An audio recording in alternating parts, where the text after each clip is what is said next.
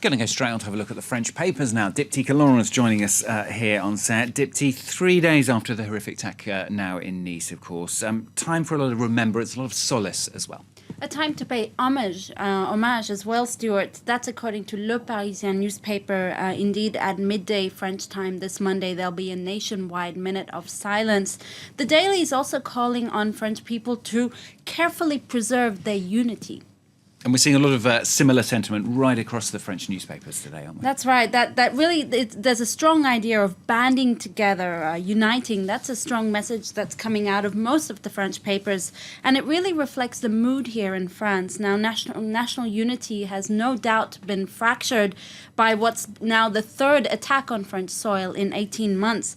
L'Humanité, the communist paper, says on its front page, I quote, "Against hate, the urgent necessity of living together." And the paper also warns against the temptation of curbing the universal values of liberty, fraternity, equality, because these were the very values that the victims of the Nice attacks were celebrating on the day of that last Thursday.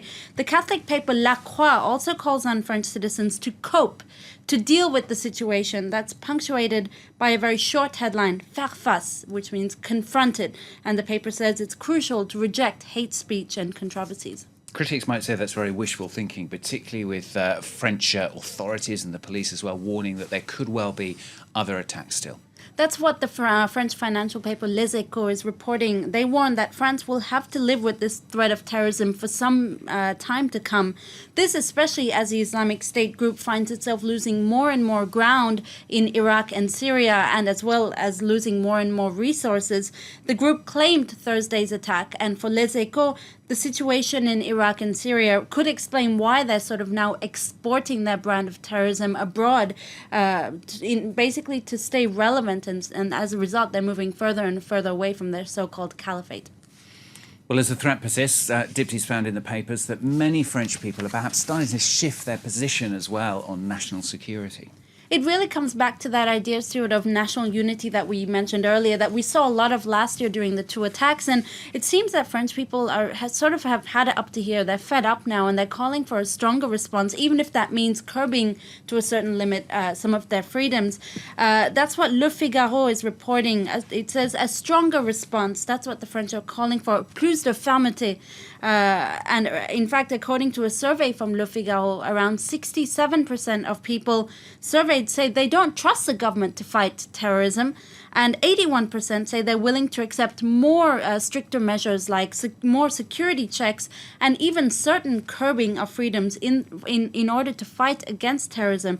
So that's really quite a change we're seeing from the attitude of French citizens, especially compared to last year's attacks. You found a piece in Libération, haven't you, the left-leaning paper, actually profiling the 31-year-old man behind these attacks. Yeah, that's right. Libération is one of the papers that's not actually talking about national unity, but rather looking at the perpetrator of the attacks. That's him. You see his face there in that grainy black and white photo.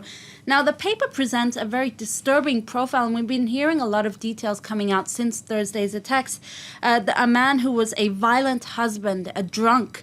He had a fascination for violence and decapitations. He was also very far from the religious fanatic that one might imagine him to be. Even he was known to have many lovers, both women and men. And of course, investigators are trying to figure out now just how premeditated this attack was. And we know that he may have sent some SMSs before the attacks to presumed accomplices. He may have also scouted the Promenade des Anglais a few days before the attack. Now, indeed, it's this very fact that Le Figaro is looking at, the fact that there's real ambiguity about whether he was truly acting in the name of the Islamic State group. It really proves the strength of the group. That's according to Gilles Kepel, a French political scientist interviewed in Le Figaro. He says the group is now capable of sort of brainwashing minds to the point where they don't even need to send people in to do the attacks. They can sort of brainwash people to do it on their behalf. The attack's also dividing French political parties as well, perhaps for strategic reasons. We're just months, aren't we, from a French presidential election, Dipty? That's right. Again, it's a very different situation from the French citizens, but also from the French political classes post-Nice attacks, especially if you can compare it to the ambience in France following the 13th of November or the Charlie Hebdo attacks. According to Le Monde, Le Monde says last year there was this real united political front, and indeed we saw this in that March march just after the Charlie Hebdo attacks, the March for Paris. But much criticism has now been made in the way that politicians have sort of what people say have manipulated national grieving for their own political gain. Notably, we saw this with Nicolas Sarkozy, who's the president of the Republicans Party in France. In a TV interview, for instance, he attacked the French president, François Hollande, saying that all that should have been done in 18 months has not been done. And he really took to task Hollande on what he's been doing to fight terrorism.